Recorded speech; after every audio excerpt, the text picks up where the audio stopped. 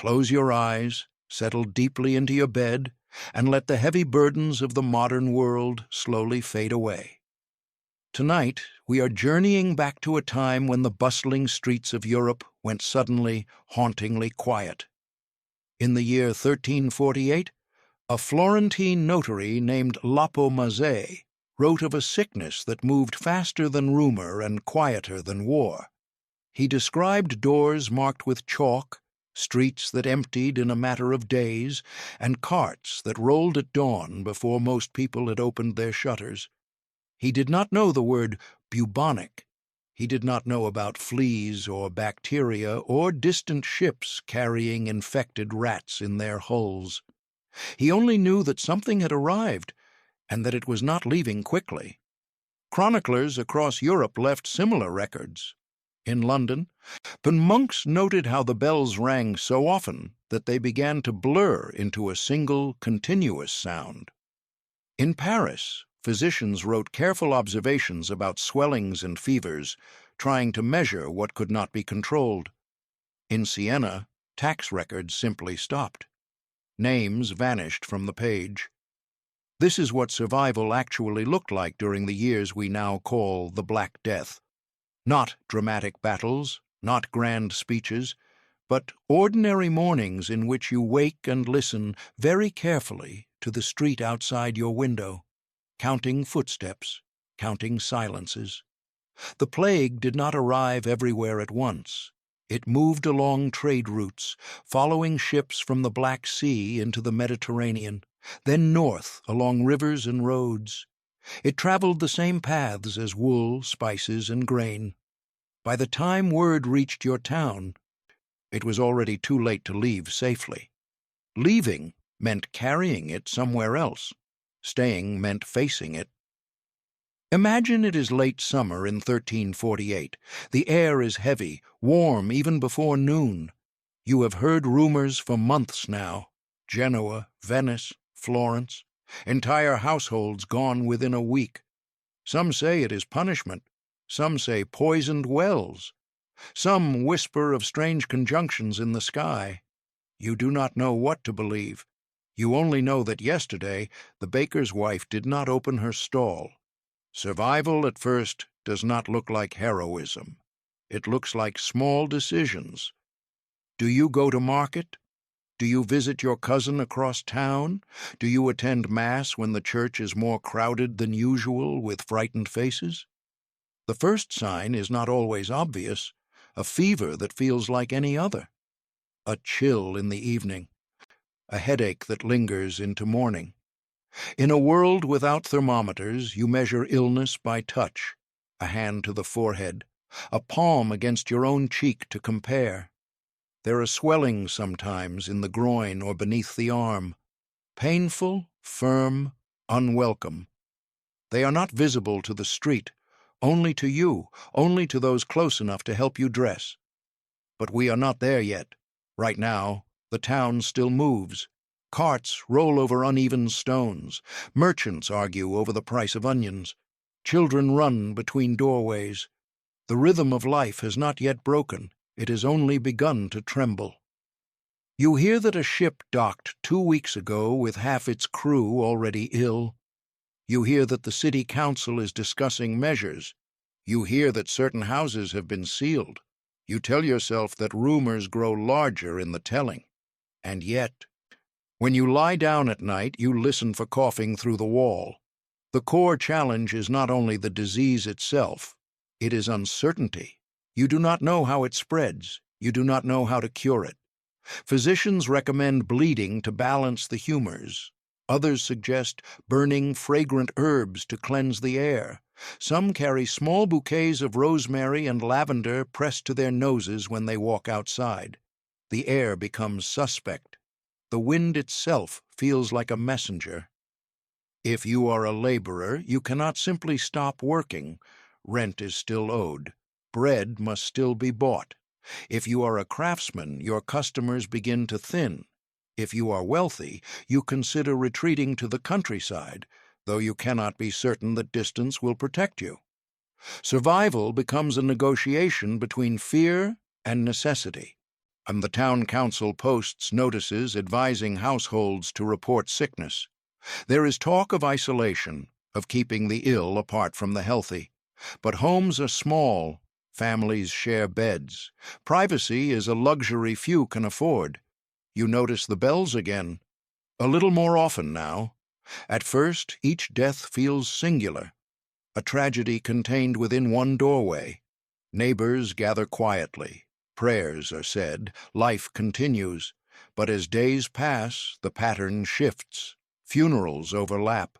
The gravediggers work longer hours. Fresh earth appears in the churchyard faster than grass can settle over it. You begin to measure time differently, not by market days or feast days, but by how many houses on your street remain open. Survival in these early days means watching, listening, adjusting. You wash your hands more often, though you do not know why it might help. You avoid crowded rooms if you can. You hesitate before touching door handles worn smooth by countless palms. There is a tension in every interaction. When your neighbor coughs, even lightly, you feel your shoulders tighten. When someone complains of a fever, conversations pause. Still, the sun rises each morning, light spills over rooftops, bread bakes in ovens. The ordinary world does not vanish all at once. It thins slowly, like mist. You tell yourself that your household is strong, that you have survived harsh winters and failed harvests, that this, too, will pass. But survival during the bubonic plague is not only about strength, it is about chance, about proximity, about which flea bites, which ankle, about which cart arrived from which port. And none of that is visible, so you live in the in-between, between rumor and reality. Feel steady. Your skin is cool. No new feels steady. Your skin is cool. No new aches. No swelling. For now. Outside, another door has been marked. Chalk against wood. A quiet signal to those who pass. The town is still standing. The walls have not fallen. The river still moves beyond the bridge. But something unseen is moving too, threading its way through alleys and courtyards, through markets and monasteries. And survival, you begin to understand, will not be loud or glorious. It will be patient, careful, measured in days endured. You do not yet know how many days that will require. Before we step fully into those narrow streets, take a moment where you are now. You are likely warm. The air around you is steady and clean. If you are listening at night, there may be a quiet hum in the background, a distant car, the soft rhythm of a fan. Nothing in that sound suggests danger. Nothing in the air carries uncertainty. Your door is not marked. Your water is clear. Your light comes easily at the turn of a switch. Illness, when it arrives in your world, arrives with explanations, with names, with treatments printed neatly on labels. It was not so simple in 1348, so settle in gently, let your shoulders soften, let your breathing slow. You are safe where you are. We are only visiting another time, observing it carefully, without hurry. Now, imagine that warmth thinning. Not disappearing, just thinning, like a blanket pulled back slightly at the edges. You wake before dawn because the bells have rung again. Not a single toll, but a sequence. Slow, measured, familiar now in a way that feels unwelcome. You lie still for a moment, listening, counting without meaning to. 1, 2, 3. You stop counting after that. The room is dim. There is no glass in your window, only a shutter pulled half closed. A line of gray light slips through the gap and rests across the opposite wall. The air inside feels close, carrying the faint scent of smoke from last night's fire. Beneath it, the more ordinary smells of wool blankets, wooden beams, and the quiet presence of other sleeping bodies. You share this room, perhaps with a spouse, perhaps with children, perhaps with siblings. Privacy is rare. Breath mingles in the dark. You turn your head slightly and listen for signs of illness among them. A strained breath, a restless shifting, a small sound that does not belong to sleep. There is nothing unusual this morning. That, in itself, feels like a gift. You sit up slowly. The straw mattress rustles beneath you. Your feet find the cool floor. It is late summer, but stone and packed earth hold the night's chill longer than the air does. You pause, steadying yourself, taking inventory again. Your throat is not sore. Your head is clear. Your skin feels normal beneath your own touch. Outside, a cart rolls over uneven stones. The sound echoes between buildings. Wheels and wood, familiar, ordinary. The world has not stopped, and yet you know it has changed. In recent weeks, conversations have shifted. People speak in lower voices. They stand a little farther apart. When someone mentions a cousin in another district who is taken to bed with fever, there is a pause that lingers too long. You remember how, months ago, the first stories sounded distant. Tales carried by merchants about ports in the south, ships drifting into harbor with crews already dead or dying. It seemed like another world, another coastline. Now the distance has collapsed. A house 3 doors down has been sealed, the shutters nailed closed, a mark placed on the wood to warn others, food left at the threshold and collected only after the one delivering it has stepped back. You had known that family for years, shared bread with them, exchanged greetings on market mornings. Now you walk past without looking too long. Survival begins with these small adjustments. You wash your hands more often, though water must be carried from the well.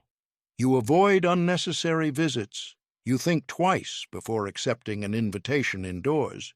You hesitate at the church door. See, weighing faith against proximity. The church bells call as they always have, but the gathering inside feels different. There are fewer faces, and those who come keep their distance, eyes scanning the room as if illness might be visible, hovering just above someone's shoulder. You find yourself studying people's skin, their posture, the way they move. A flush in the cheeks could mean warmth from the sun, or it could mean fever. There is no certainty. The physicians offer advice. Some recommend carrying herbs to sweeten the air. Others speak of imbalanced humors, of blood that must be drawn to restore harmony within the body. You listen, but you also notice how many physicians themselves have taken ill. Authority feels thinner now. You return home after morning tasks and notice how quiet the street has become. Doors remain closed longer, windows open only slightly. Children play less loudly. Even laughter, when it appears, sounds restrained, as if it might attract something unwanted. And still, bread must be baked, water must be fetched, animals must be tended. Survival does not pause daily life. It threads through it. As the sun climbs higher, the warmth increases. Heat carries scent more easily. There is a faint bitterness in the air some days, a mix of smoke and something less defined. People burn wood, straw, even scraps of cloth, hoping to cleanse what cannot be seen. You pass by the well and notice fewer hands reaching for the rope, fewer shared buckets. Someone has tied a small cloth over their mouth and nose. Others follow, uncertain but willing. No one knows exactly what works. That uncertainty presses gently but constantly against your thoughts. And yet here you are, breathing steadily, standing upright. Another morning survived. Back in your own safe room, wherever you are listening now, your breath is steady too. There is no chalk on your door, no bell tolling for someone you know, just the quiet hum of the present. Hold that contrast softly. In 1348, survival begins not with a cure, but with awareness, with careful observation. with small acts repeated daily in the hope that they matter. You move through the morning with deliberate calm, each choice considered, each contact weighed. You do not know whether the sickness will enter your home tomorrow, next week, or not at all. But you know this: today you are still here, and so you begin the day. The air outside feels heavier than it did a season ago. You step into the street and pause just beyond your doorway, letting your eyes adjust to the light. The sun has risen fully now, though it struggles to reach the stones below. The buildings lean inward, as if conferring with one another, their upper stories nearly touching. Wooden beams cross overhead, laundry lines sag between windows, shadows collect in the narrow space, holding the night's coolness. The air smells of damp wood, smoke from breakfast fires, and the faint sour trace of refuse carried toward the edges of town. It is not an unusual smell. It has always been this way, but now you notice it differently. You search it for something sharper, something wrong. A cart creaks past you, its wheels grinding softly against the uneven stones. The driver keeps his gaze forward. A cloth is tied loosely around his mouth. You cannot tell if it is for dust or fear. Sound travels strangely in these streets. Footsteps echo more clearly when fewer people walk. A door closing somewhere down the lane feels louder than it should. From an upper window, someone shakes a rug, and a small cloud of dust drifts downward, turning golden in the sunlight before disappearing. You pull your cloak tighter. Though the morning is not cold, the fabric smells faintly of lanolin and smoke. It rests against your shoulders like a modest shield. Clothing in this time is practical, layered, heavy enough to last. Wool tunic, linen shirt beneath, leather shoes worn soft at the heel, each piece familiar to your hands. The stones underfoot are uneven, worn by centuries of traffic. Rainwater collects in shallow dips. You step carefully, not wanting to slip. A stray dog noses at something near the gutter, then darts away at a sudden noise. Even the animals seem restless. As you walk toward the market square, you pass doorways marked with chalk. The symbols vary slightly: a cross, a circle, sometimes only a simple line. They are quiet warnings, signs that inside someone is ill, or was. You do not linger near those doors. The market itself is thinner than usual. Stalls that once stood shoulder to shoulder now leave gaps between them. The vegetable seller arranges onions in careful rows, though there are fewer than before. A fishmonger calls out half-heartedly, his voice less confident, as if unsure who will answer. The air here carries sharper scents: salted fish, crushed herbs, earth still clinging to root vegetables. Underneath it all, the warm breath of the crowd. Or you keep a small distance from others, though space is limited. When someone steps too close, you feel your body tense without meaning to. A subtle shift, a half step back. Above you, the sky stretches pale and wide, indifferent to what happens below. It is almost cloudless today. A gentle breeze threads through the square, lifting loose strands of hair from your face. For a moment the air feels clean, almost sweet. Then someone coughs. It is a small sound, quickly stifled, but it ripples outward. Heads turn, conversations pause, then resume with forced normalcy. You move on. The church stands at the edge of the square, its stone facade cool and steady. The door is open. Candles flicker inside, their light trembling against the dim interior. The scent of wax and incense drifts outward, mingling with the market smells.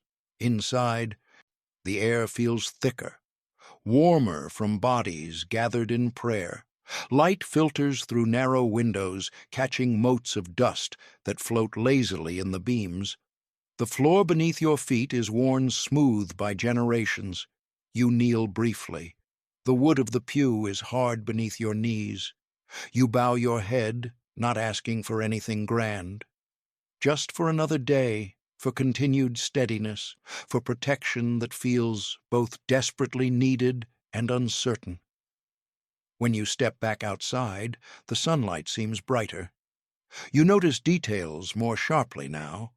The texture of the stone wall beneath your fingertips, the faint crack running through the plaster of a nearby building, the way shadows stretch long and thin across the lane as morning deepens. Every sensation feels heightened. You pass by a small apothecary shop. Bundles of dried herbs hang from the doorway. Rosemary, sage, lavender. Their scent is stronger here, almost comforting. A reminder that people are trying, that knowledge, however incomplete, is being gathered and applied. Farther down, near the edge of town, the air shifts again.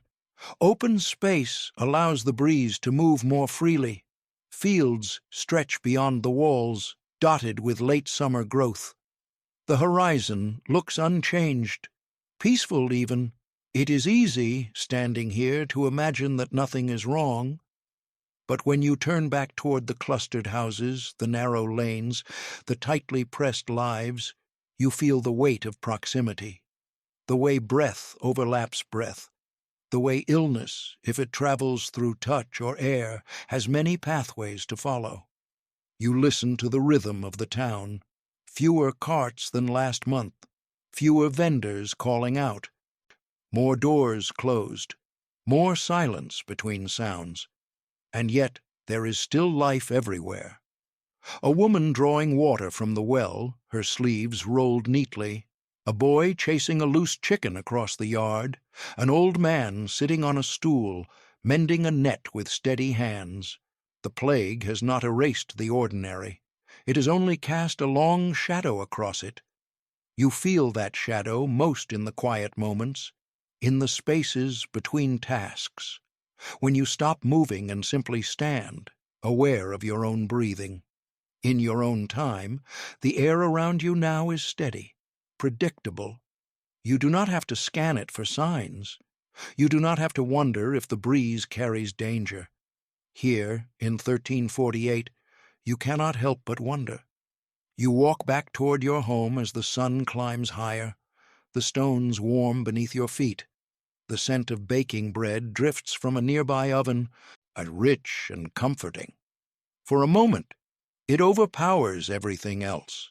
You hold on to that scent, because survival, you are beginning to understand, is not only about avoiding what harms you, it is also about noticing what remains good.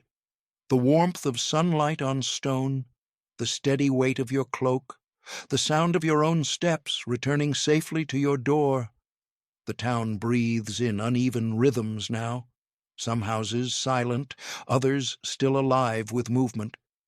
You reach your doorway and pause before stepping inside. The air is still. For now. Inside, the air feels closer than it did outside.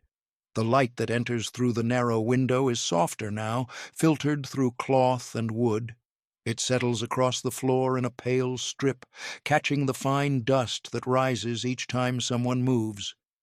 The room is not large, a single table, a chest for clothing, hooks along the wall where cloaks hang in careful order. The space is familiar to your body, mapped in memory so clearly that you can move through it even in darkness. You close the door behind you and rest your hand against the wood for a moment. It is solid, cool, a small boundary between you and the uncertain world beyond. Your clothing feels heavier than usual, or perhaps you are simply more aware of it. The linen shirt beneath your tunic clings faintly at the back where the morning air was warm. Wool rests against your shoulders with quiet weight. The belt at your waist presses gently when you bend. In ordinary times, these sensations would fade into the background of your awareness. Now they stand out. Every pressure, every warmth, every slight discomfort. You lift your hand to your forehead. Cool. You press your fingers lightly along your neck, beneath the jaw, along the collarbone. You do this casually, as though adjusting your collar. But you are searching, feeling for tenderness, for swelling, for anything that was not there yesterday. Your skin feels like your own. No heat beneath it, no unfamiliar ache. You exhale slowly. Across the room, someone shifts in their seat. The small scrape of wood against stone draws your attention immediately. Your eyes move there without thought. You watch the rise and fall of their chest. Steady, even. Illness has made you attentive in new ways. You notice posture now. The way someone stands, the way they carry their shoulders. A slight slump can mean exhaustion, or it can mean something more. You sit at the table and rest your forearms on its surface. The wood is worn smooth in places. You're rough in others. A faint groove marks the spot where knives have cut too deeply. You run your fingers along that groove, grounding yourself in texture. Your body feels normal today, but you know how quickly that can change. You have seen it. A neighbor who seemed well at sunrise took to bed by afternoon. By the following morning, the street outside their house was silent. The knowledge of that swiftness lingers in your muscles. A quiet tension that never fully leaves. You rise and cross to the small basin near the corner of the room. Water rests inside, drawn earlier from the well. It is cool when you dip your hands into it. The chill spreads across your skin, up your wrists. You wash carefully. Between fingers, along the palms, rubbing as though the motion itself could create protection. No one has told you this will work, but it feels like something you can do, something within your control. Control is scarce. You dry your hands on a cloth that smells faintly of soap and smoke. The scent is simple, clean. Your stomach tightens slightly, not with hunger, but with awareness. Every sensation in your abdomen is examined now.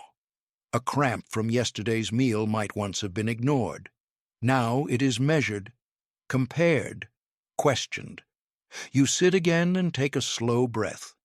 The room is quiet except for the faint sound of activity outside. A cart rolling past, a door opening somewhere down the lane, the distant murmur of voices.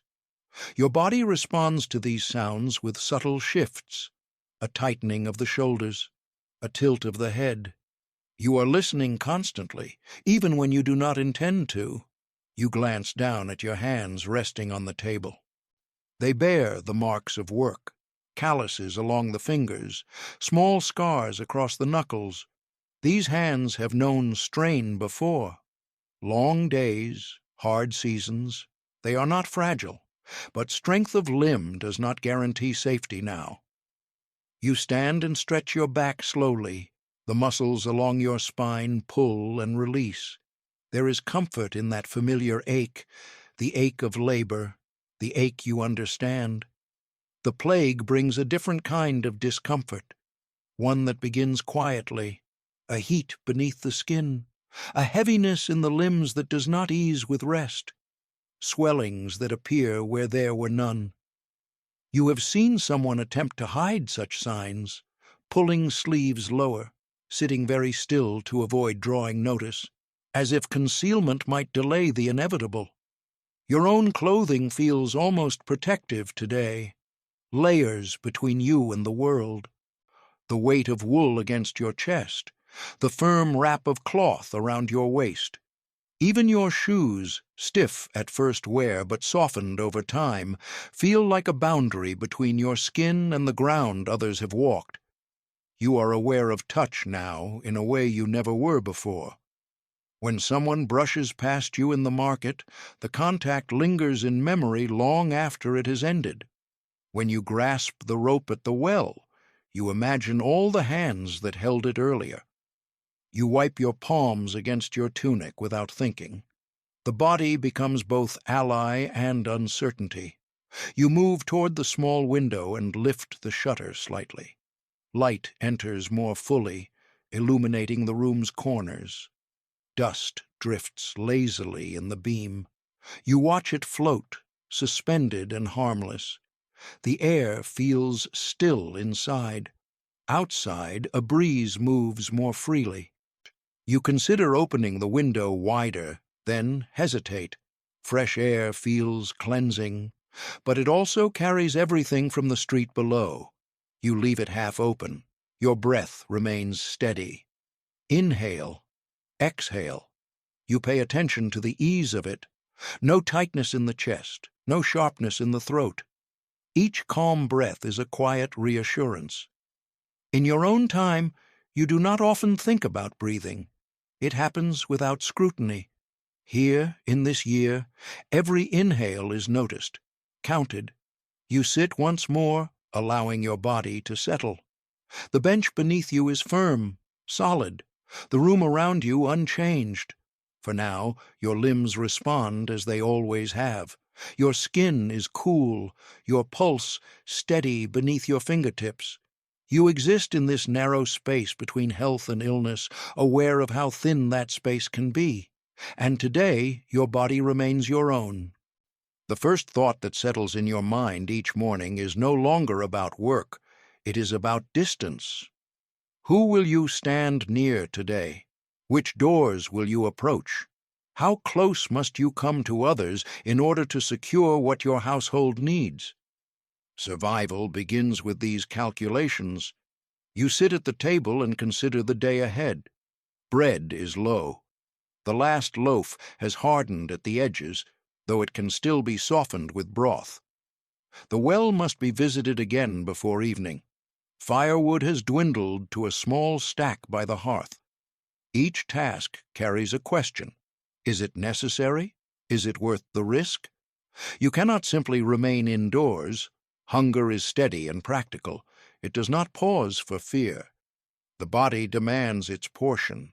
And so you must step outside again, not because it feels safe, but because it is required.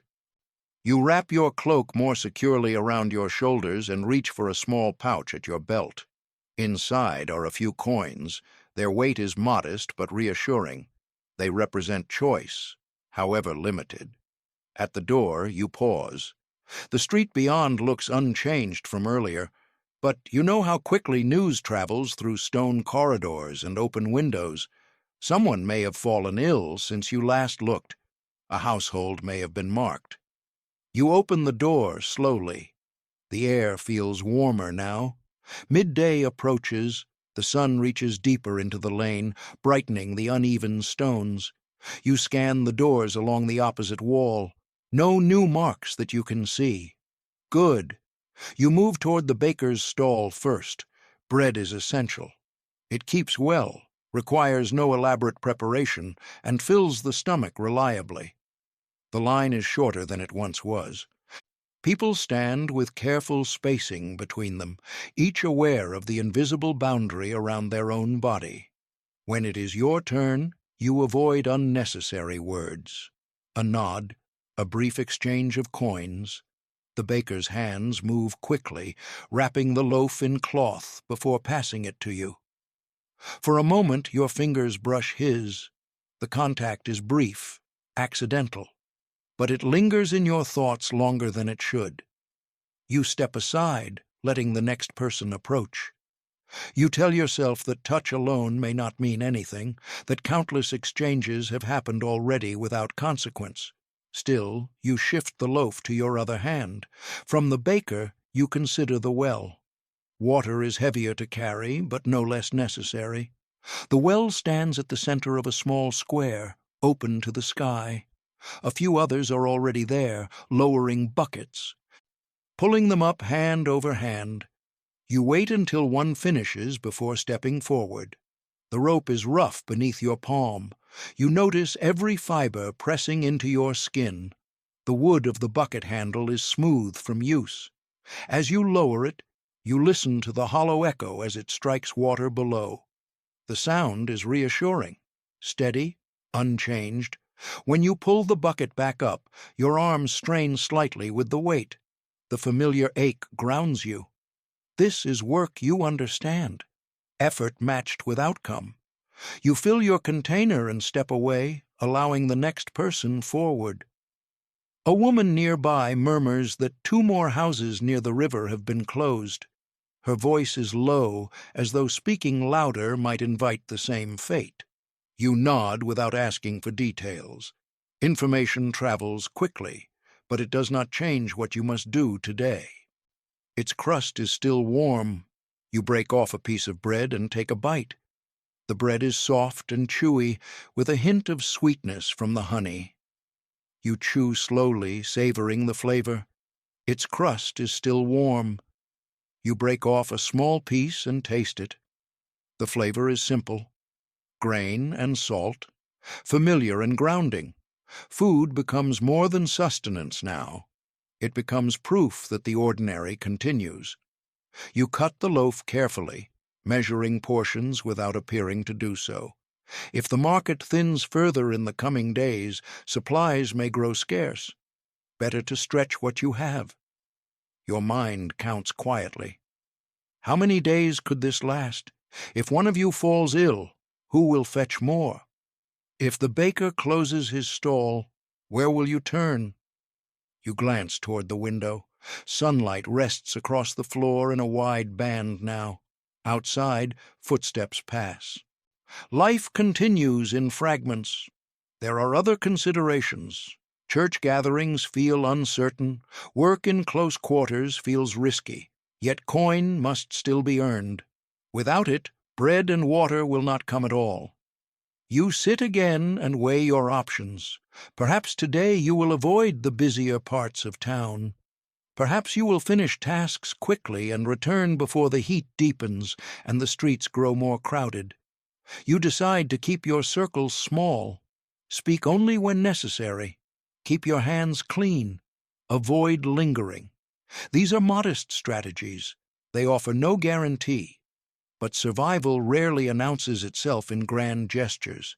It unfolds through repetition, through habits formed in response to danger. You slice another small piece of bread and wrap the rest carefully in cloth. You move the water vessel closer to the hearth. You tidy the table, aligning objects neatly as though order itself might provide reassurance. Outside, a bell tolls once. You pause, knife still in hand. One bell does not always mean death. It may call for prayer. It may signal the hour.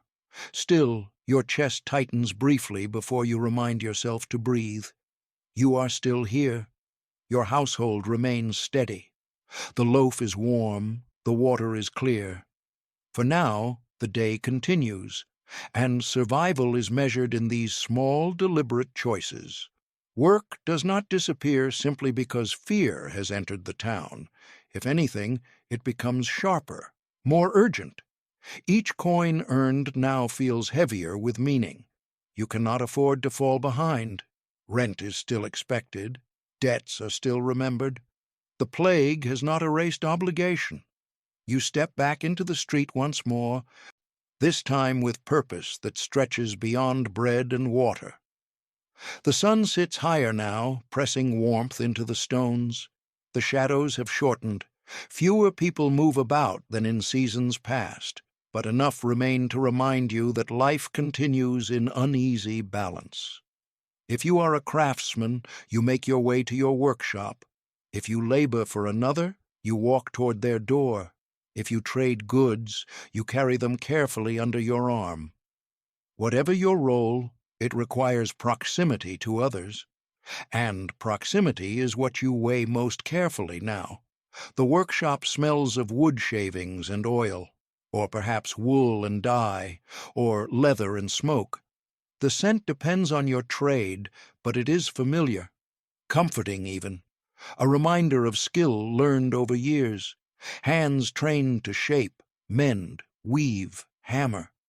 You greet those already there with a nod rather than an embrace.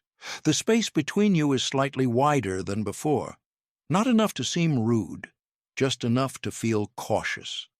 Light filters through small windows, catching dust in the air. You notice it more than you used to. Each floating particle seems significant now, though you do not know why. You turn your face slightly away when someone speaks too closely. Tools feel steady in your hands. The weight of a hammer, the glide of a needle through cloth, the resistance of wood beneath a blade. These sensations anchor you in something predictable. Action produces result. Effort yields progress. You focus on the rhythm of your task. Tap, pull, stitch, plane. The repetition calms your thoughts, though they never fully quiet. Every cough in the room draws your attention. Every pause in someone's movement feels amplified. At midday, someone mentions that the apothecary's apprentice has taken ill. The words are spoken softly, almost as an afterthought. No one in the doorway. The scent of rosemary in the doorway. The scent of rosemary thick in the air. Even those who mix remedies are not untouched. Authority feels uncertain here. You keep your hands moving. There is a practical logic to continuing work. If you remain idle, fear grows larger. When your hands are occupied, your thoughts narrow to the immediate task. Measure the board, cut along the line, keep the seam straight. Time passes differently now. You no longer count the hours by the sun alone. You count them by who remains standing at the bench beside you, by who arrives in the morning and who does not. When someone fails to appear, explanations are offered quietly. Visiting family, feeling unwell, resting for the day. No one asks too many questions. The air inside grows warmer as afternoon deepens. You wipe your brow with the back of your sleeve. The gesture is ordinary, but you pause afterward, wondering where your hand has been. You step outside briefly, drawing in a longer breath of open air. The street feels subdued. A cart passes carrying sacks of grain. The driver's face is lined with fatigue. He does not stop to speak. You return to your work. Coin must still be earned. Supplies must still be purchased. Survival is not only about avoiding illness, it is about maintaining the fragile structure of daily life. If you stop working entirely, hunger will arrive before the plague does, and so you continue. You notice that conversations are shorter now, jokes less frequent, laughter softer. Each person carries their own private tally of risk. When the church bell tolls in the distance, you do not stop working immediately. You wait to see if it tolls again, and again. It does. The sound drifts through the open window, low and measured. No one speaks for a moment. Then someone clears their throat and resumes their task. The rhythm of tools picks up again, slightly faster than before. There is comfort in persistence. As afternoon light begins to soften, you gather your finished work carefully. You count the coins placed into your palm. Fewer than last month, perhaps, but enough for today. Enough is a moving measure now. You step back into the lane, shoulders slightly sore from the day's labor. The ache feels clean, earned. A reminder that your body has carried you through another stretch of hours. The town remains standing. The walls have not fallen. Smoke still rises from chimneys. The well still echoes when buckets strike water. And you are still upright, still breathing steadily. Work has not cured anything. It has not driven the sickness away, but it has filled the day with purpose. And sometimes that is enough to carry you to evening. By the time you return home, the sun has begun its slow descent, though the warmth still lingers in the stones beneath your feet. Your shoulders carry the gentle weight of the day's labor. In your hand, a few coins remain. Not many, just enough to think about carefully. Food is no longer a simple habit. It is a calculation. You step inside and set the coins on the table, spreading them with your fingertips. Their dull metallic surfaces catch the fading light. Each one represents a choice. Bread again tomorrow. Perhaps a small measure of dried beans, a bit of salted fish if it can be spared. You glance at the loaf from earlier. It rests where you left it, wrapped in cloth. Still intact enough to stretch across another meal. You decide to make something warm. Warmth feels protective. From a small sack near the hearth, you measure out a handful of dried peas. They are hard and pale, rattling softly as they fall into a wooden bowl. You pour water over them and set them near the coals to soften. The fire must be coaxed gently. Fuel cannot be wasted. Wood has become more difficult to gather in recent weeks. As fewer carts venture out to distant groves, you kneel and adjust the embers with a small iron tool. A faint glow stirs beneath the ash. You add a thin piece of kindling, then another. Slowly, patiently, the flame grows. The room fills with the scent of smoke and earth. Familiar, steady. Food during these days is plain but dependable. Bread, legumes, cabbage when it can be found. On rare evenings, a strip of salted pork shaved thin enough to flavor a pot rather than fill a plate. You cut another measured portion from the loaf. The knife moves carefully. You are aware of how much remains. Scarcity is not yet severe, but you sense how quickly it could become so. Fewer merchants arrive each week. Some roads are quieter. Trade slows when fear spreads faster than goods. As the peas begin to soften, you add a pinch of salt. A luxury once taken for granted. Now it is used sparingly. Too much today could mean none tomorrow. You sit close to the hearth, feeling its warmth on your shins. The firelight flickers across the walls, softening the room's edges. Shadows move gently, stretching and shrinking with each shift of flame. Outside, footsteps pass less frequently now. Evening draws people inward. Doors close earlier than before.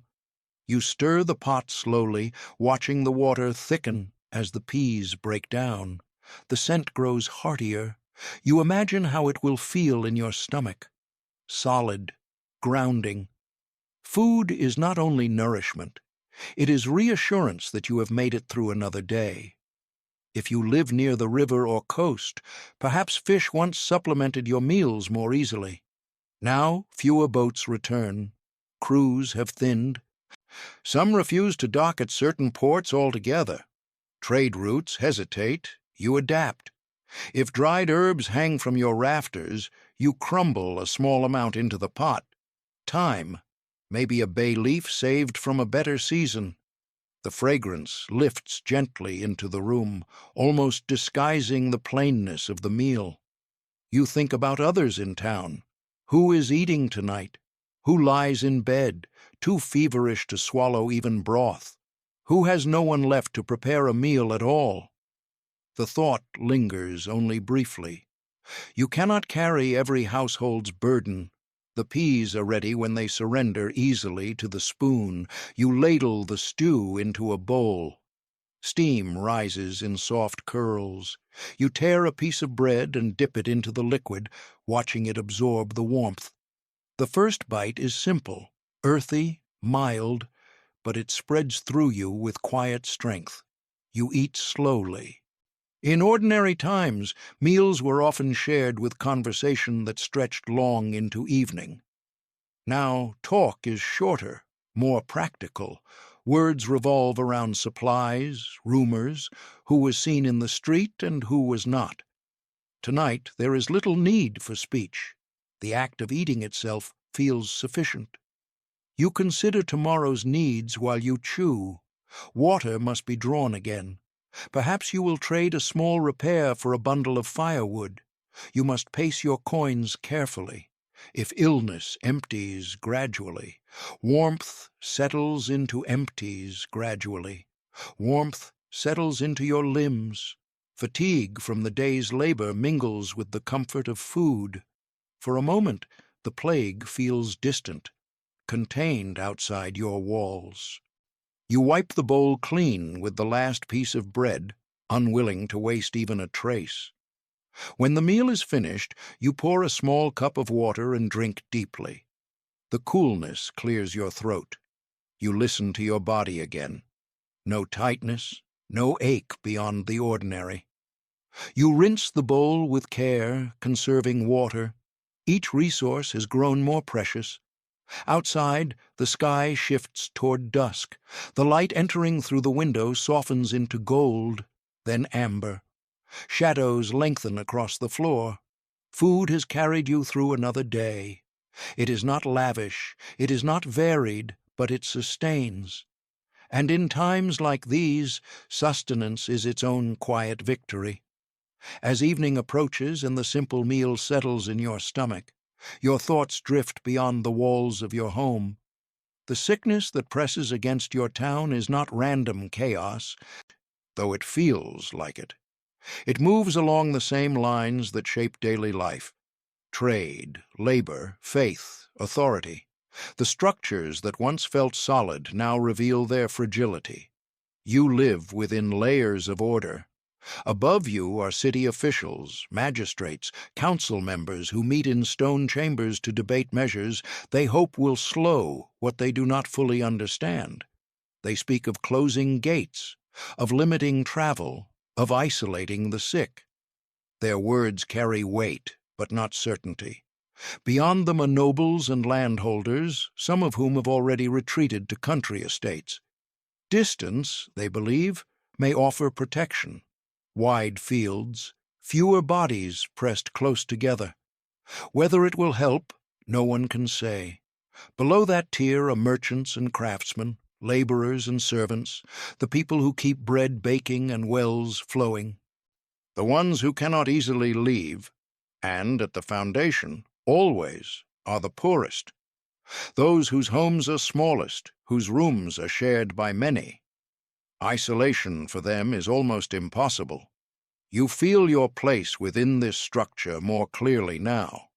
The plague does not treat every class equally, but it reaches across boundaries with unsettling ease. Still, resources differ. Space differs. Choice differs. The church stands at the center of it all, both spiritually and physically. Its bells measure the hours and mark the dead. Priests move between households, offering prayer and last rites. Some do so bravely, some reluctantly. A few have already fallen ill themselves.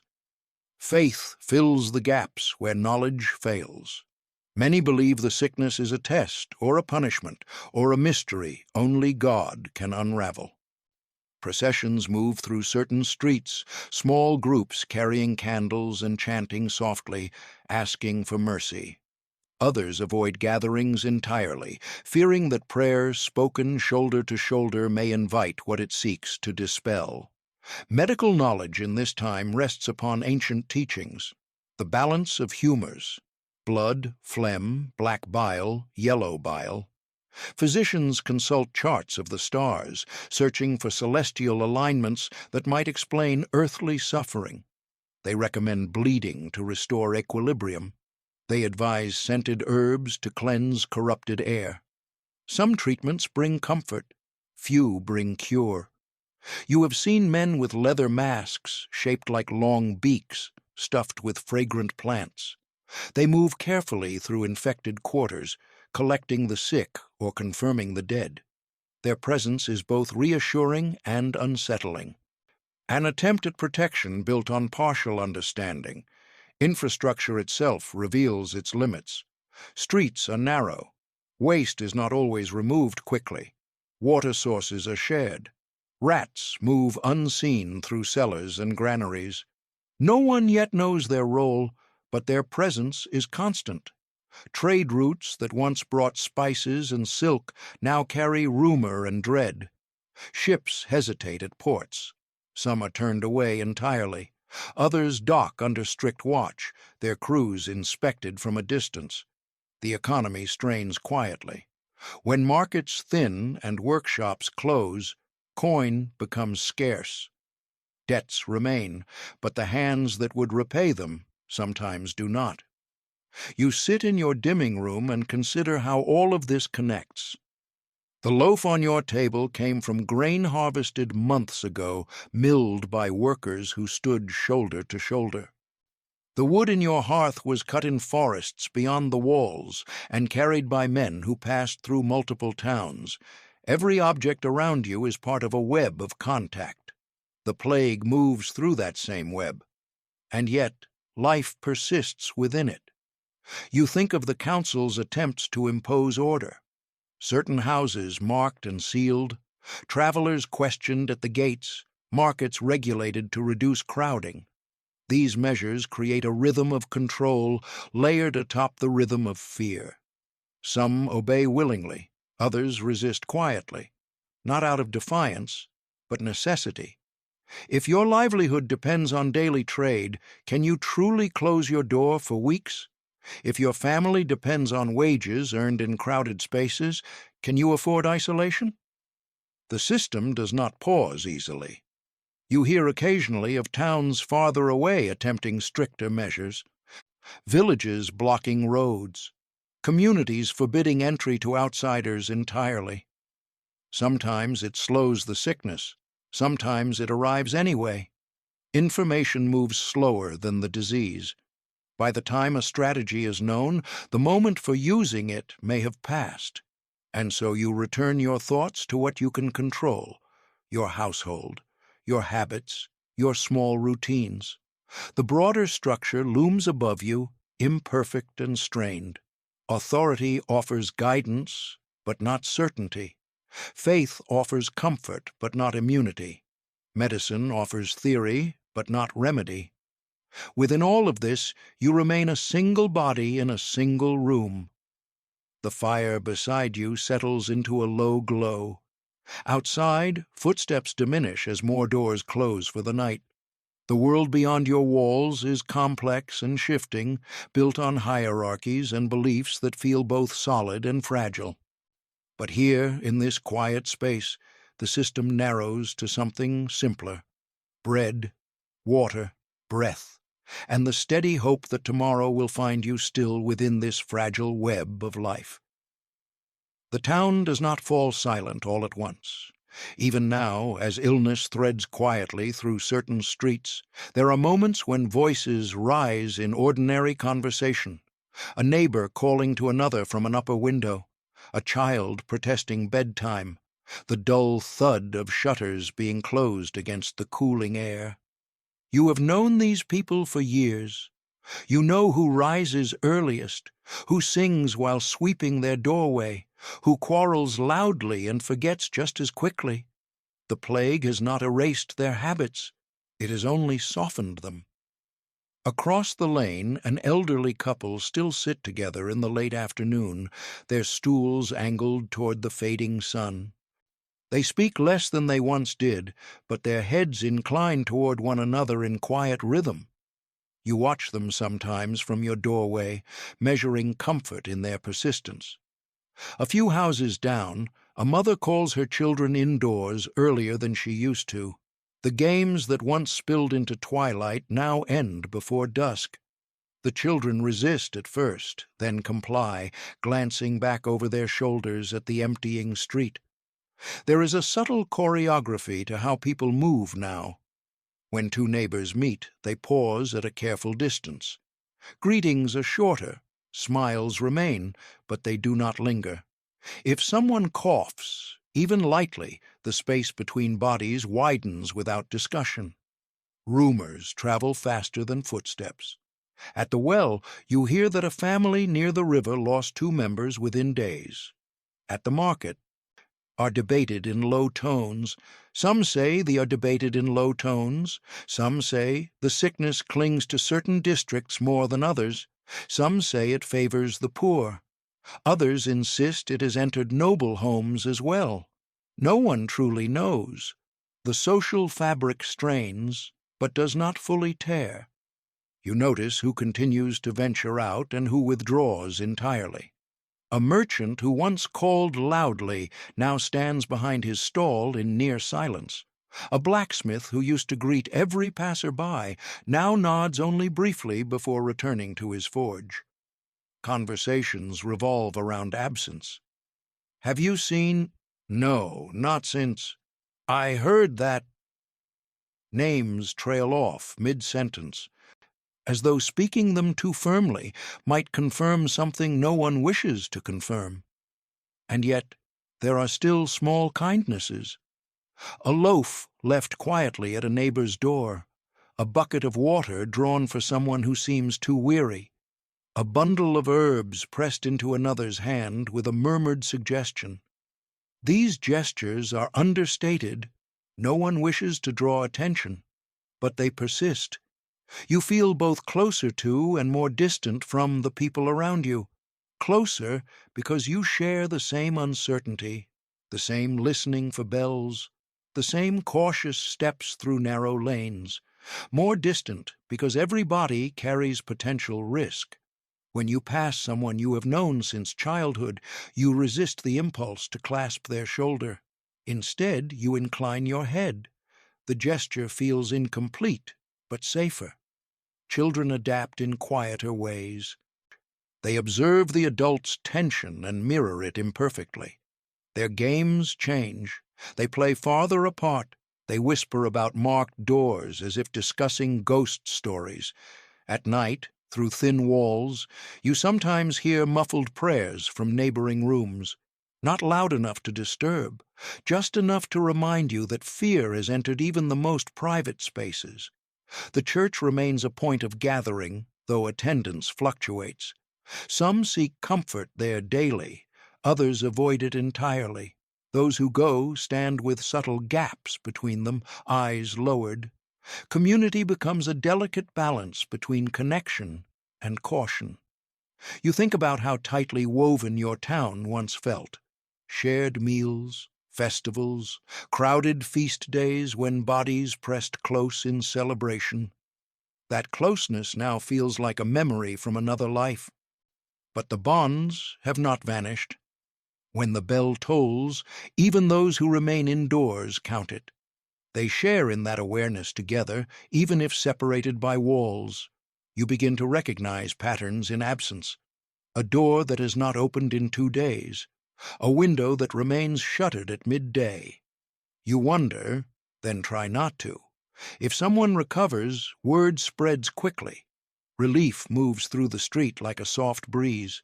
If someone dies, grief settles heavier, but it is often carried quietly.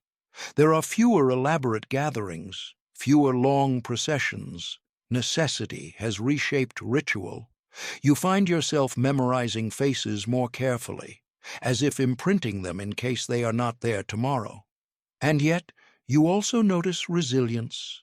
The baker still rises before dawn. The well still echoes with the splash of buckets. The old couple still sit in the fading sun. Life continues in fragments stitched together by routine. The plague has altered the tone of your town, but not erased its character. You remain part of this small network of glances and gestures, of shared water and measured words, of cautious kindness. As evening deepens and lamps begin to glow behind shuttered windows, you feel both the fragility and the strength of this social web. It has thinned, but it is not broken. The change, when it comes, is not a single moment, but a gradual tightening.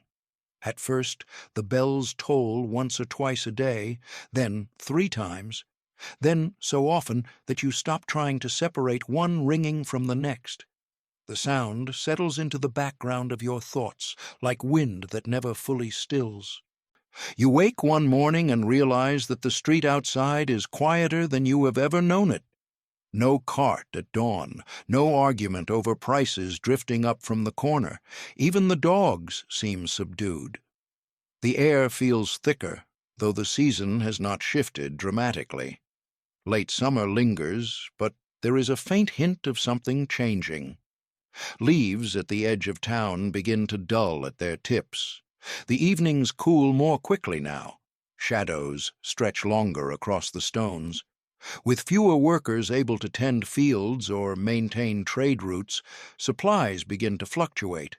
Some days the market offers only half its usual goods. The fish stall stands empty more often. Vegetables arrive in smaller baskets. You adjust without speaking of it openly. Portions shrink slightly. Bread is sliced thinner. Stew is stretched with more water than before. You tell yourself it is enough. You remind yourself that hunger, for now, is manageable. The greater tension lies elsewhere. 2 houses on your street have been sealed this week. The chalk marks are fresh, bright against dark wood. No movement within, no smoke from their chimneys. You walk past with your eyes lowered. Work grows more irregular. Some workshops close temporarily when too many laborers fall ill. Others press on, even when half the benches stand empty. If you are fortunate enough to remain healthy, you may find yourself working longer hours, filling gaps left by those who cannot stand beside you. Fatigue becomes a steady companion. You notice it in your limbs as evening approaches, a heaviness not only from labor, but from constant alertness. Your mind rarely rests now. It tracks absence, it measures distance, it listens for signs. There are whispers of families leaving under cover of early dawn, slipping beyond the gates before stricter measures take hold. Others argue that departure only spreads the sickness farther. The council debates, posts new notices, then replaces them days later as conditions shift. Authority feels reactive rather than certain. The churchyard grows more crowded. Fresh earth appears in neat rows, sometimes marked with simple wooden crosses, sometimes with nothing at all. Gravediggers work methodically, their faces drawn but steady. They do not linger. The escalation is not loud, it is cumulative. A door that once opened daily now remains shut for a week. A familiar face disappears from the market. A workshop that once rang with hammer blows falls silent. You find yourself counting how many households on your lane still show signs of life. Smoke from 5 chimneys today, 4 yesterday. The weather turns slightly cooler at night, bringing a sharper chill through cracks in the shutters. You add an extra layer before sleeping. The weight of wool feels reassuring, though it cannot guard against what cannot be seen. You listen more closely to your own body now. A fleeting ache in your shoulder makes you pause. A slight warmth at your temple causes your hand to rise instinctively. Each sensation is examined, then either dismissed or stored in memory. The uncertainty deepens when someone you know well falls ill. Perhaps it is the blacksmith who once greeted you each morning, or the woman who drew water beside you at the well. Word reaches you quietly, fever, swelling, confined indoors. You do not rush to their door, not because you do not care, but because you are afraid. The feeling sits uneasily within you, compassion restrained by caution. Supplies of herbs grow scarce as more people seek them. Rosemary that once hung plentifully now sells quickly. The apothecary's shelves thin. Even the scented masks worn by those who tend the sick become harder to assemble. The system strains under increased demand, and still, each day begins with sunlight. The sky remains wide and open above the town. Birds cross it in indifferent arcs. The river continues its steady flow beyond the walls. Nature does not mirror your anxiety. You take small comfort in that. Yet the escalation is undeniable now. You no longer speak of the plague as something approaching. It is here, embedded in daily life. Survival becomes more deliberate. You shorten your routes through town. You avoid enclosed spaces when possible. You finish tasks quickly and return home before dusk settles fully. When the bell tolls again in the afternoon, you do not flinch as sharply as you once did. The sound has become part of the landscape. This normalization is unsettling in its own way. What once shocked you now feels expected. As evening falls, you close your door earlier than before. You secure the latch carefully. You check the window shutter twice. Inside, the fire glows low. The room is small but contained. The world beyond your walls has grown quieter, thinner, more uncertain, and the challenge has deepened, not suddenly, but steadily. By now, the days have begun to blur at their edges, not because they are identical, but because each carries the same quiet undercurrent, a steady awareness that settles beneath every action. You wake, you listen, you take inventory, you move carefully, you rest, and then you begin again. The mind adapts in ways you did not expect. At first, fear arrived in sharp waves. Every bell toll felt like a personal warning. Every cough from the next room tightened your chest. But human thought cannot remain at that pitch forever. It would exhaust itself entirely. So something shifts. The fear does not vanish. It softens at the edges. It becomes background rather than forefront. A constant hum instead of a piercing note. You still notice every change in your body, a slight headache, a restless night's sleep, but you no longer spiral with each sensation. You observe, you wait, you move on if nothing worsens. This is not indifference, it is endurance. You have learned that panic does not prevent illness, it only drains strength that may be needed elsewhere. Resilience, you discover, is quiet. It shows itself in the way you continue to rise each morning, even when the street outside grows emptier. It appears in the way you portion bread with steady hands, in the way you fetch water without complaint, in the way you nod to neighbors who remain, acknowledging a shared understanding without speaking it aloud. You begin to accept that control is limited. There are choices you can make, routes you can shorten, crowds you can avoid, but beyond that, much rests outside your grasp. This acceptance is not defeat. It is clarity. You cannot watch every doorway at once. You cannot predict which house will fall silent next. And you cannot bargain with the air, but you can tend your fire. You can keep your room orderly. You can wash your hands and rest when your body asks for it. You can offer small kindnesses when it feels safe to do so. You begin to take comfort in smaller things than before. The texture of wool against your shoulders, the reliable creak of the bench beneath you, the way light shifts across the wall at a particular hour each afternoon. These details anchor you. There is a rhythm even within uncertainty. Morning still brings pale light through the shutter. Afternoon still carries warmth along the stones. Evening still dims the room in gradual shades of amber and gray. The plague has altered the tone of life, but it has not erased time itself. You notice, too, how people around you adapt internally. The old couple across the lane no longer sit outside each evening, but you sometimes see their silhouettes through the window, seated side by side in lamplight. The baker works fewer hours, yet his oven still glows before dawn. The well remains a place of brief, careful exchange. Everyone has adjusted their expectations downward. Grand plans have faded. Conversations about distant journeys or expanding trade have quieted. The focus has narrowed to days rather than years, to meals rather than harvests, to breadth rather than ambition. There is a strange peace in that narrowing.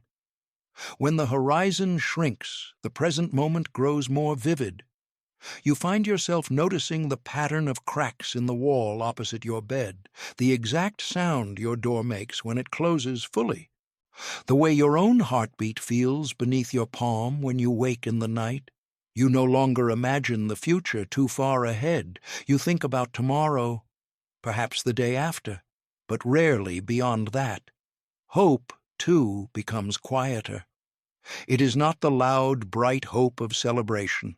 It is the softer hope of continued normalcy, of another uneventful morning, of a day in which no new chalk marks appear. You allow yourself small comforts without guilt, an extra moment beside the hearth, a slightly thicker slice of bread when supplies allow, a longer look at the sky before stepping indoors. These are not acts of denial, they are acts of preservation. You understand now that survival is not only physical, it is mental, emotional, the steady guarding of your own equilibrium. When the bell tolls, you bow your head briefly, then lift it again.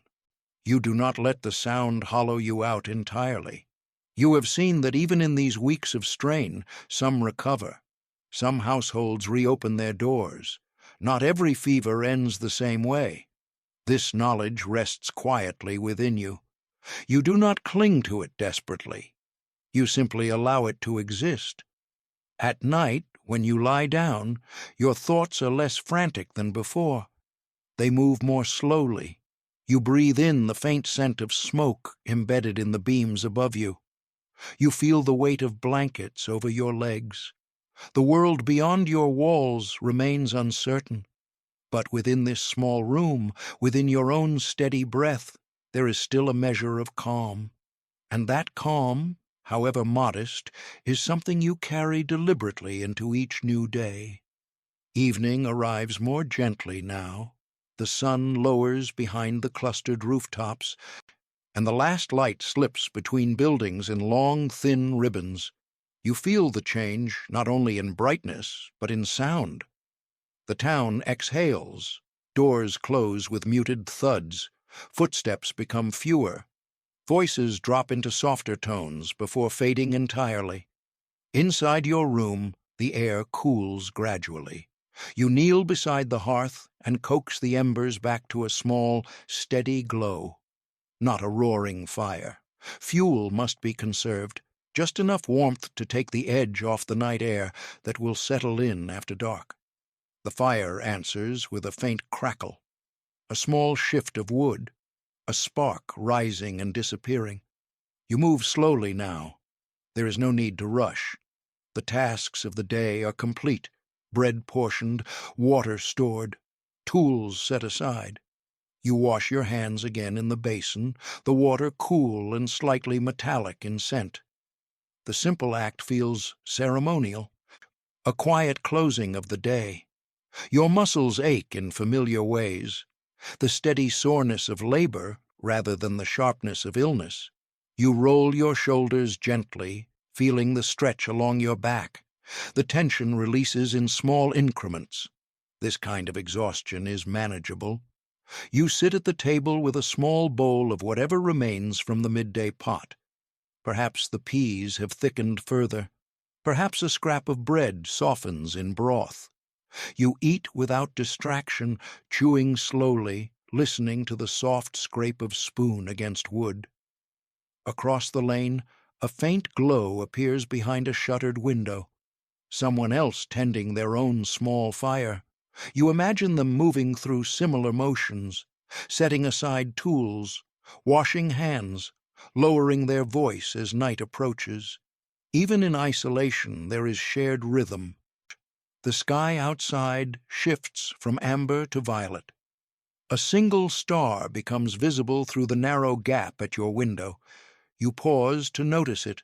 It seems impossibly distant from the concerns below. The bells do not ring at this hour. That absence feels significant. You rise and secure the door carefully, sliding the latch into place with deliberate pressure. The sound is solid, final. You check the window shutter, adjusting it so that a small amount of air can pass without leaving the room exposed. Night brings its own kind of vulnerability. You fold your cloak neatly and place it on its hook. The wool smells faintly of smoke and the day's movement. You remove your shoes and set them side by side near the hearth, where warmth will keep them supple by morning. These small acts of order steady you. You lower yourself onto the bench and allow your body to rest without fully lying down yet. The firelight dances along the ceiling beams, creating slow-moving shadows that ripple gently across the wood. Outside, the town is quieter than you remember from seasons past. No drunken laughter drifting late into the night, no distant music from a tavern, just the occasional soft footstep and the whisper of wind along the walls. The silence is not complete. It breathes. You take a slow breath yourself, matching its rhythm. There are thoughts you could dwell on: the marked doors, the missing faces, the uncertainty of tomorrow. But you choose not to feed them now. Evening is not for fear, it is for stillness.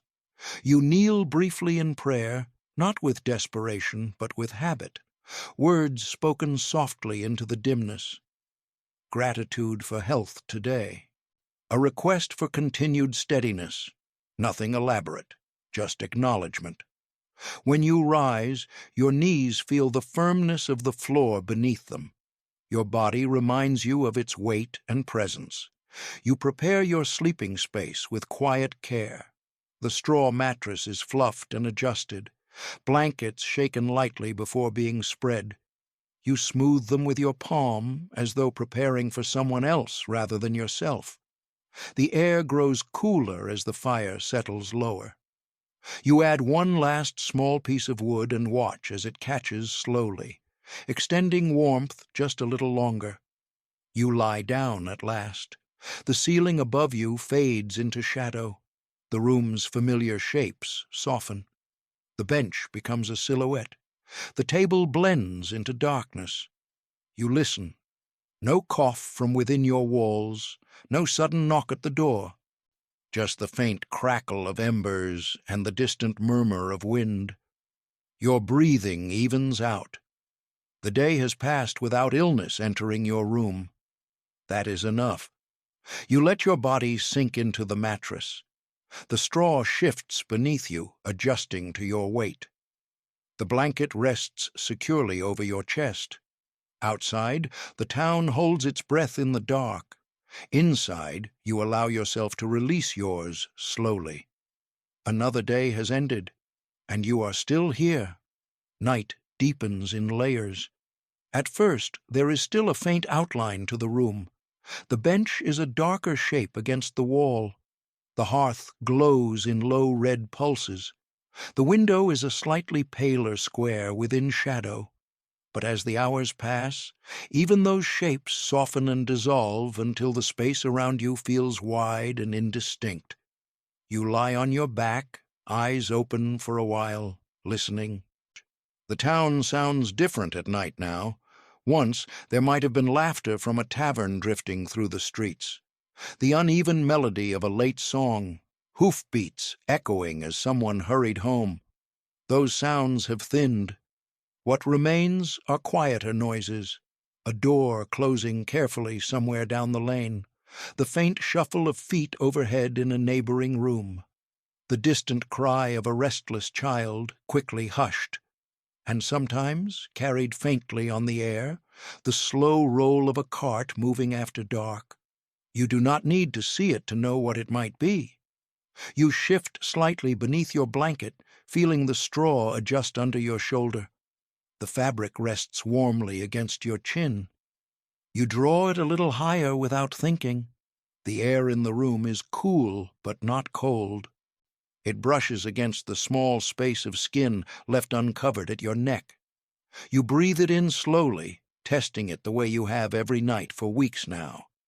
Inhale, exhale, no tightness, no heat rising from within, just the steady exchange of air. The mind wanders more freely in darkness. You think of the river beyond the walls, moving quietly under the same sky. You think of the fields where crops still stand, indifferent to human worry. You imagine other towns under the same stars, some perhaps untouched, others facing the same hush. The bells do not ring at this hour. That silence is its own presence. You turn onto your side and listen again, attuning yourself to the subtle sounds within your own walls. The gentle breathing of another nearby, the faint creak of beams settling as night cools the wood. Each sound is catalogued and then allowed to pass. There are moments when your thoughts drift toward those who are ill tonight, to rooms where fever burns hotter than any hearth, to households where sleep does not come easily. You do not dwell there long. Your own task is to rest. Rest is not indulgence now, it is preparation. It is strength stored quietly for whatever tomorrow may bring. A faint breeze slips through the small gap in the shutter, carrying the scent of night air. It is cleaner than the heat of day, cooler, almost gentle. You let it move across your face. In your own time, night is often filled with artificial glow and distant noise. Here, darkness is deep and complete. It presses softly against your eyelids, encouraging them to close. You feel the steady beat of your heart beneath your ribs. It is neither hurried nor slow, just present. You notice how your body sinks more fully into the mattress as tension drains away. The muscles in your jaw unclench. Your hands rest loosely against the blanket rather than curled tight. Outside, somewhere far enough away to be indistinct, a bell tolls once. Just once. The sound travels across rooftops and narrow lanes, softening as it goes. It does not repeat. You listen until the echo fades entirely. Then there is only stillness. You consider how many nights have passed like this already. Each one entered with uncertainty, each one completed with quiet relief. You do not know how many more will come.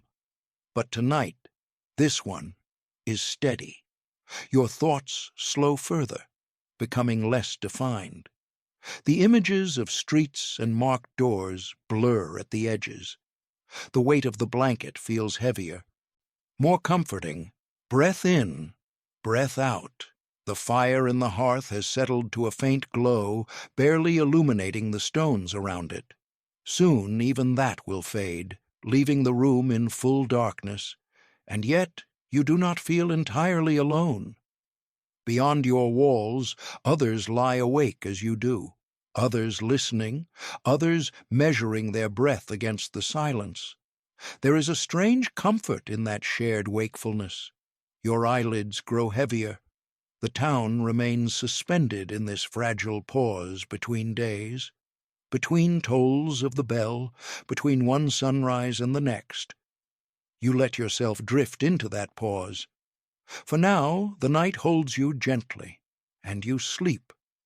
When you look back on these months from some imagined distance, it will not be a single image that defines them. It will be accumulation, the slow thinning of crowds in the market, the increasing number of chalk marks on darkened doors, the way bells blended into one another until they felt less like separate events and more like a continuous thread running through the days.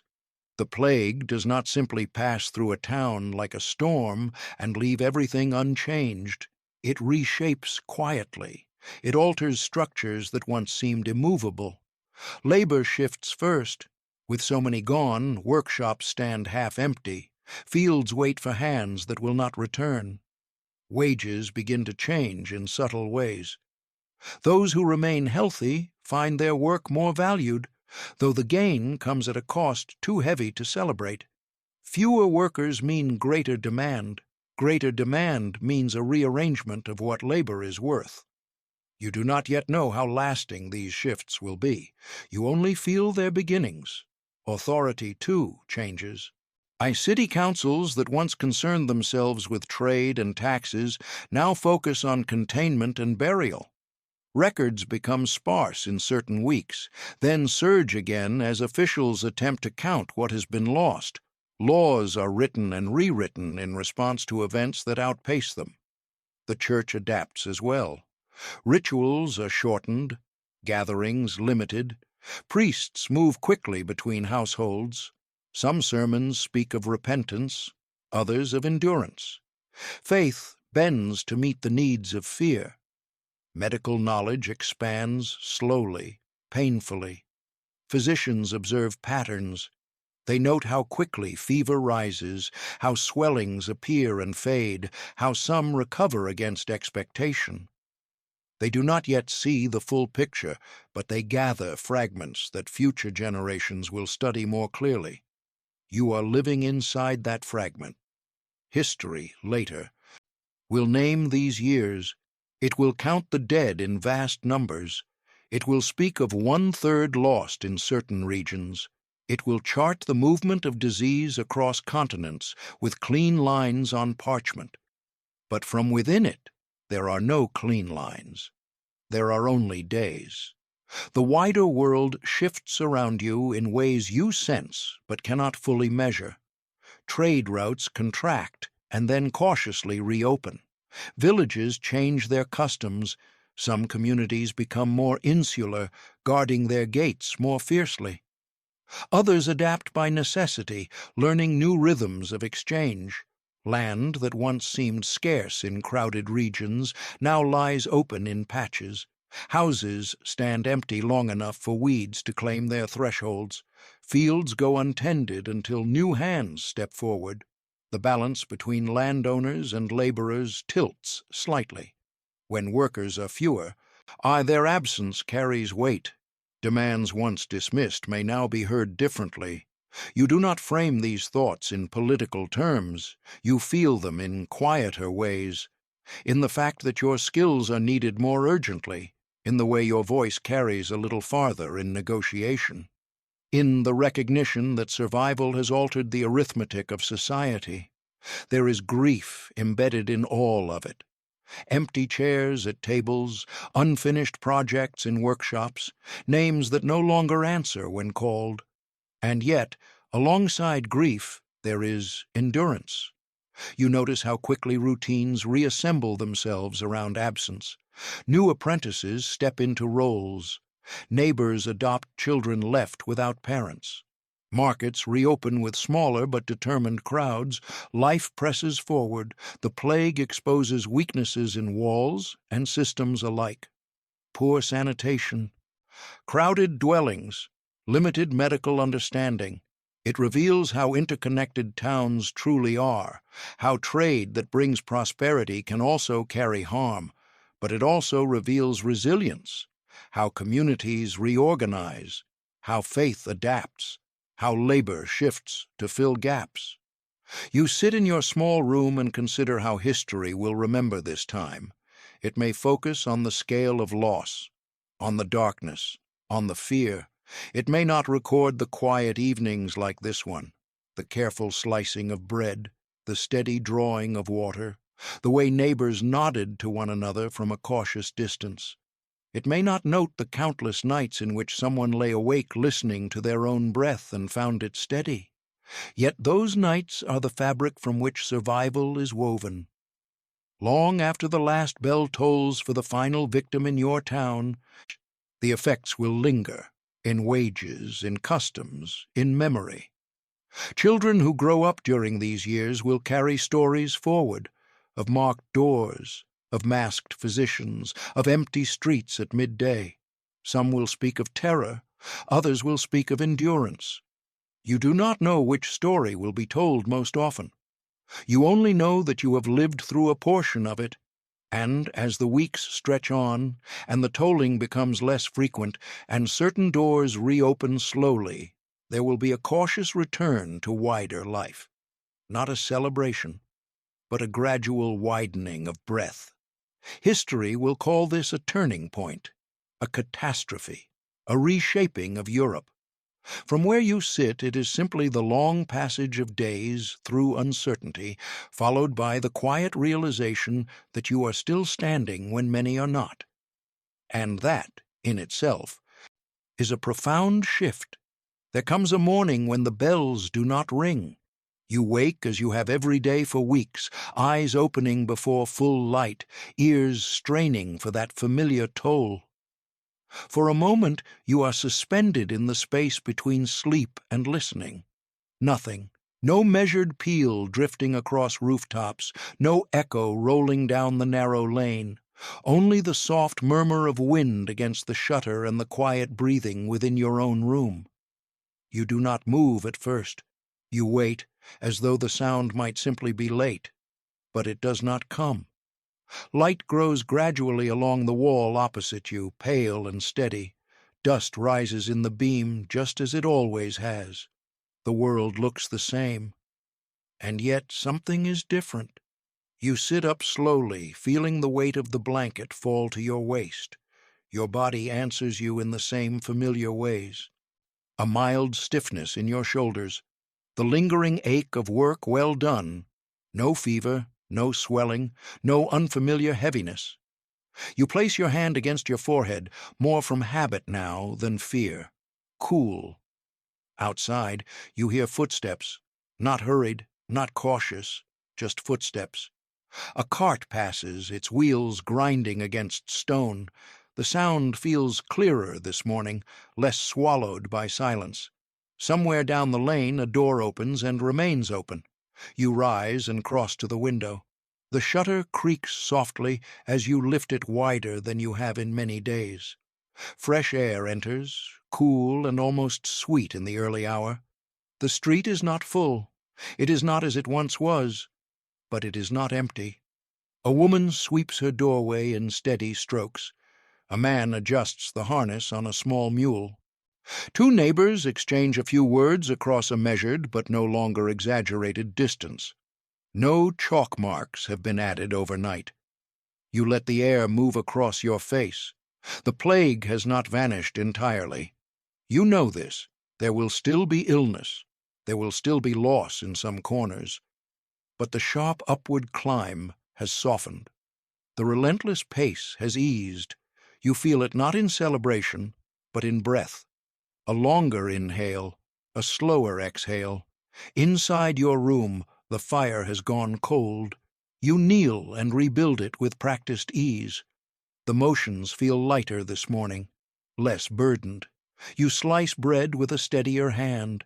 You pour water without calculating quite so intensely how many days it might last. Caution remains.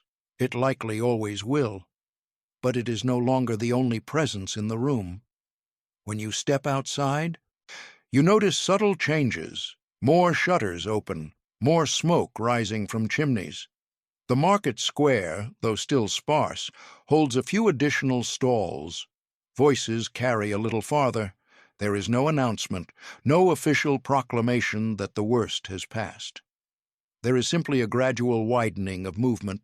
You walk through the lane without lowering your eyes at every doorway. You still notice which houses remain closed. You still remember who once stood there. Absence does not vanish, but it sits differently now, less immediate, more like a memory settling into place. At the well, a small group gathers, not crowded, not careless, but closer than before. Buckets are lowered and raised. A brief exchange of quiet smiles passes between strangers who have endured the same long stretch of uncertainty. No one speaks loudly of relief. Relief feels fragile. You draw water and watch the ripples settle in the bucket's surface. The reflection of the sky trembles, then steadies. The sky above is clear, wide, unchanged from all the mornings before, and yet you feel as though you are seeing it again for the first time. Back in your room, you sit for a moment without immediately reaching for your next task. You allow yourself the unfamiliar sensation of not bracing. Your shoulders loosen. Your breath deepens without effort. You think of the nights spent listening for bells, of counting tolls in the dark, of measuring your own pulse against the silence. Those habits may not leave you quickly. For some time, you will still wake and listen. But today, the listening carries less dread. You think of those who did not reach this morning. Carry it gently. The town will not return, carry it gently. The town will not return exactly to what it was. It cannot. Too much has shifted. Labor patterns altered, households restructured, authority reconsidered. But life has not ended. It has bent, and you, quietly, have bent with it. You move through this morning with a steadier rhythm, not hurried, not careless, simply present. The sun climbs higher, warming the stones. Children's voices, tentative at first, drift from somewhere beyond the square. Not loud, just enough to remind you that play has not been erased from the world. You close your eyes for a moment in the light. Another day begins, and this time, it does not feel like a trial to be endured minute by minute. It feels like something else, a continuation. In the days that follow, the bells ring less often. When they do, the sound no longer slices through the town like a blade. It settles instead like a distant reminder of what has been carried. You pause when you hear it, bow your head briefly, and then return to what is in front of you. Bread still needs to be cut. Water still needs to be drawn.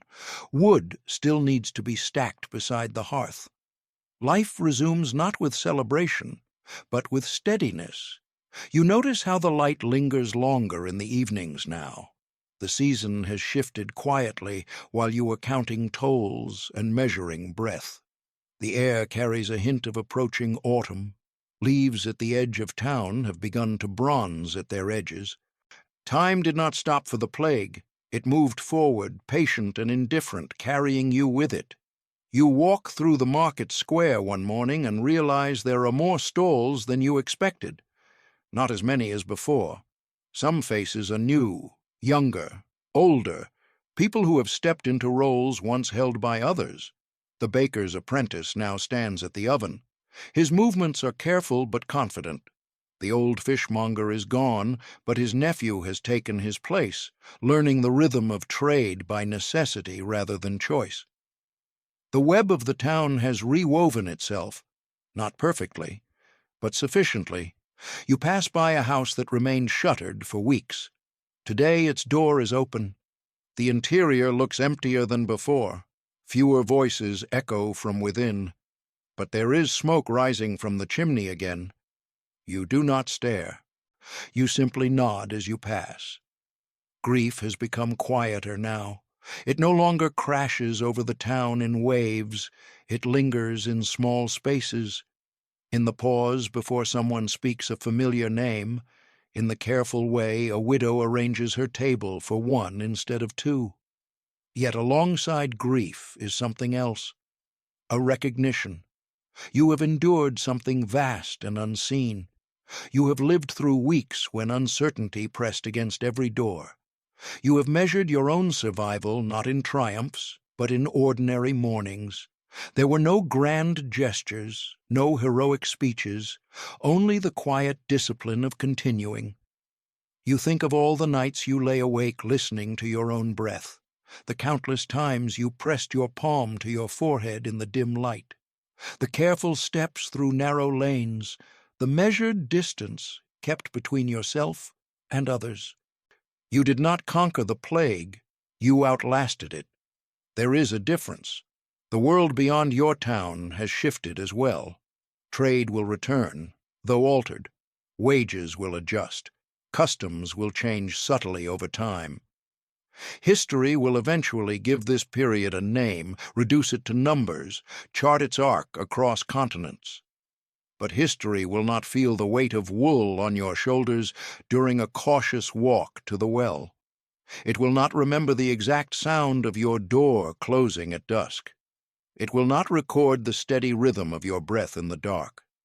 Those details belong to you, and to every person who lived quietly through these months. One evening, as you sit by the hearth, you realize that you are no longer listening constantly for bells.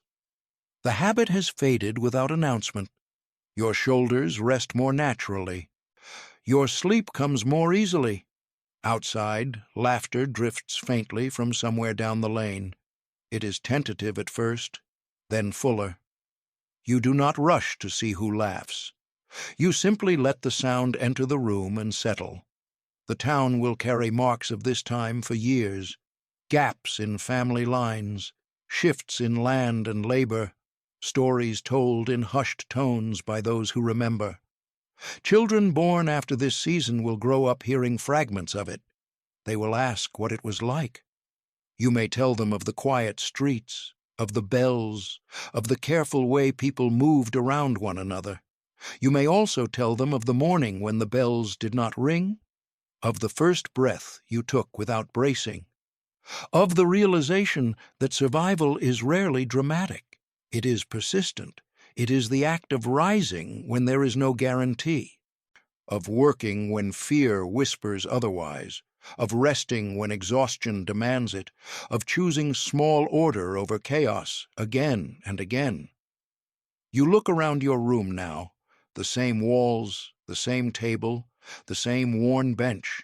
Nothing has changed, and yet everything has. You have learned how little control you truly hold, and how much strength can exist even within that limitation. You have seen how fragile systems can be, and how resilient ordinary people are. You have discovered that fear, no matter how sharp at first, cannot sustain itself forever. It either consumes or it softens. You chose, quietly, to let it soften. The fire before you glows steadily. Not large, not dramatic, just enough to warm the space. Outside, the sky deepens into evening blue. A single star appears, then another. You rise and secure the door, though not with the same tension as before. You adjust the shutter, allowing a small current of night air to pass through. You prepare your bed as you always have. The straw shifts beneath your weight. The blanket settles over your chest. You listen one last time, out of habit. No bell, only the distant murmur of a town learning to breathe again. You close your eyes. Your breath is steady. The room is still. The world, though altered, continues. And you, having endured the quietest kind of storm, rest within it.